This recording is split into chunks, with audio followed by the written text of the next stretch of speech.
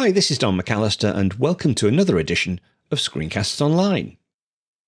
Well, it's a slightly unusual show this week as I wanted to share with you my initial experiences with 3D printing using my Mac.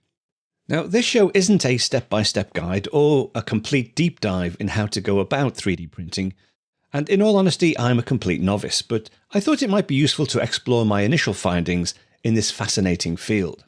So, if 3D printing is something you've always wanted to learn about, you may find this show useful as a good starting point.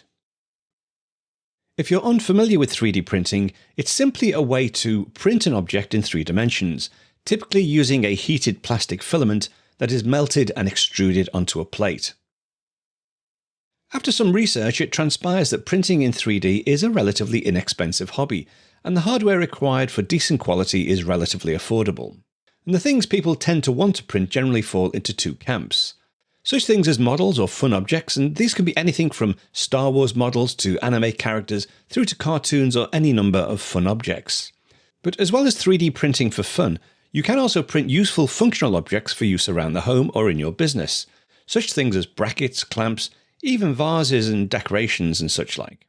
Now, in addition to finding useful pre-existing files of objects to print, it's also possible to make your own designs in CAD software and print them yourself in 3D.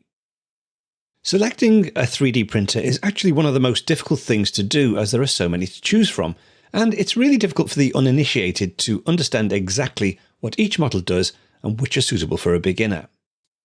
Now, just for comparison, I've loaded up a couple of different websites here. So Creality, as you can see, they offer lots and lots of different 3D printers, relatively inexpensive as well. And we have Prusa. These are slightly more expensive, but you do see there's lots to choose from. And then finally, we have Bamboo. And again, these are slightly more on the expensive side. But as you can see here, they do a printer that allows you to print in multiple colors, in this case, 4 different colors. Now, most entry-level 3D printers tend to be mainly single color printers, which use a single filament to print the object. But it may be possible to stop your print and change the color of the filament as you print. However, most people seem to print in a single color and then paint the object if needed. Now, there are also resin printers, but I kept my research to the more traditional filament-based printers. Now, after much research, I finally decided on a printer from Creality.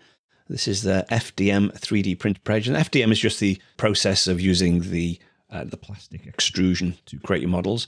But even then, I mean, we have a beginner's top pick here for $189, and there's still lots to choose from here. I did a fair bit of research. I also checked out quite a few YouTube videos as well, and the one I finally decided on is this Ender 3 S1 Pro 3D printer. So as you can see, currently it's on offer for £209, so I thought that was quite inexpensive. Lots of features on here as well. I did check out quite a few YouTube videos, and that was one of the reasons for actually selecting this printer, in that there was plenty of support material available on YouTube for me to both set the printer up, but also using the printer as well with the different configurations. But just to look in a bit more detail, if we just have a look at this. So there's lots of built-in features that should help you create accurate prints and get up to speed very, very quickly. Yeah, so more about the direct extruder. This is quite interesting. It comes in 6 parts, so it's 96% pre-installed, and there are only these sort of 6 bits that you need to bolt on. Very, very simple to do. Literally takes about 15 minutes to assemble it. And the only other thing I will show you, oh yeah, this is, you do get a 4.3-inch LCD touchscreen. It makes life a lot easier, but I did actually upgrade with a thing called the Sonic Pad. I'll show you that shortly. I also did, if I go down to here, you'll see there's a laser upgrade combo, and that allows you to add a laser engraving module onto the print bed. So not just a 3D printer, but it also becomes a laser engraver.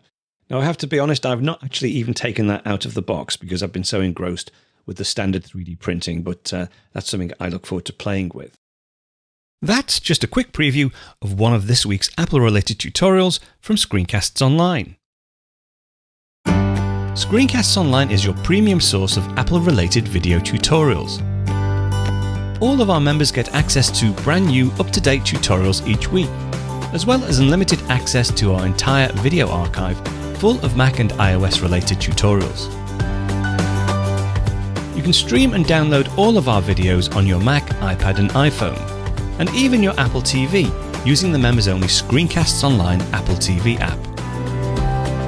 Membership also includes a complimentary subscription to the Digital Screencasts Online monthly magazine, published each month and packed with videos, articles, reviews, as well as hints and tips covering all aspects of the Mac, iPad, iPhone, and all of the other fantastic Apple products. So, if you're ready to start getting the most out of your Apple devices, visit screencastsonline.com today and become a Screencasts Online member.